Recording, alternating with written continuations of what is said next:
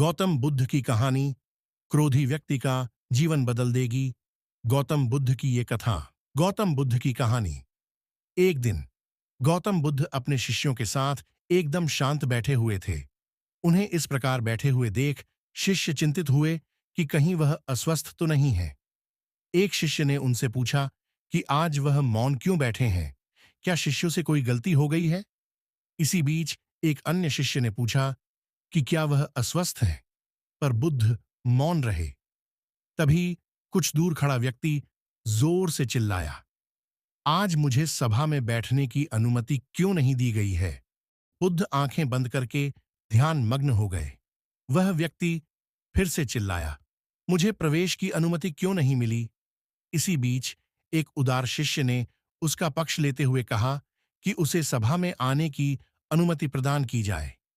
बुद्ध ने आंखें खोलीं और बोले, नहीं, वह अछूत है, उसे आज्ञा नहीं दी जा सकती। यह सुनकर शिष्यों को बड़ा आश्चर्य हुआ।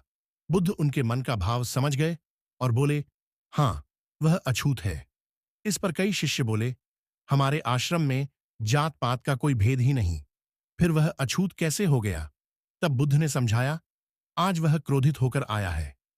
क्रोध से जीवन की एकाग्रता भंग होती है। क्रोधी व्यक्ति प्राय मानसिक हिंसा कर बैठता है।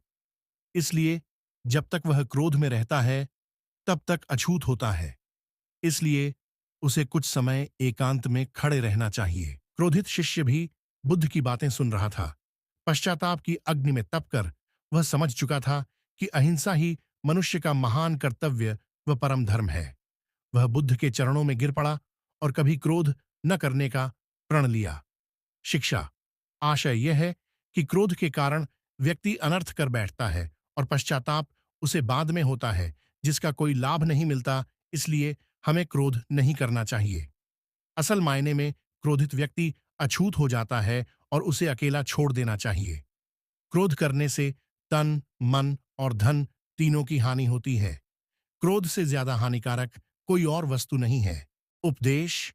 क्रोध करने वाला खुद भी जलता है और दूसरों को भी जलाता है। बुरी बातों को बार बार याद करने से हमारी परेशानियां बढ़ती हैं, मन अशांत होता है। इसीलिए दुख देने वाली बातों को भूलकर आगे बढ़ना चाहिए। इस संबंध में गौतम बुद्ध का एक प्रसंग प्रचलित है। गौतम बुद्ध अलग अलग क्षेत्रों में भ्रमण करते और अपने शिष्यों को उपदेश देते थे। एक गांव में वे उपदेश दे रहे थे।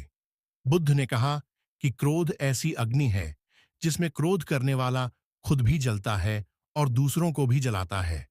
बुद्ध के प्रवचन सुनने के लिए बड़ी संख्या में लोग वहां बैठे थे। उन लोगों में बहुत गुस्से वाला एक व्यक्ति भी बैठा हुआ था। उसे ये बातें पसंद नहीं आई। वह अचानक उठा और बोलने लगा कि बुद्ध, तुम पाखंडी हो। बद्दी बड़ी बातें करना ही तुम्हारा काम है। तुम लोगों को भ्रमित कर रहे हो। तुम्हारी ये बातें आज कोई मायने नहीं रखती हैं। व्यक्ति लगातार बुद्ध को अपमानजनक बातें सुना रहा था। वहां बैठे सभी लोग ये देखकर हैरान थे कि बुद्ध ये सब शांति से सुन रहे थे, लेकिन कुछ बोल नहीं रहे थे। क्रोधी व्यक्ति बुद्ध को शांत देखकर और ज्यादा क्रोधित हो गया।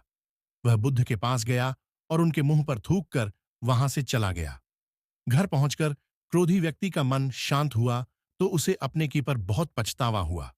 वह बुद्ध से क्षमा मांगने पहुंचा, लेकिन उस गांव से बुद्ध पड़ोस के गांव के लिए निकल चुके थे।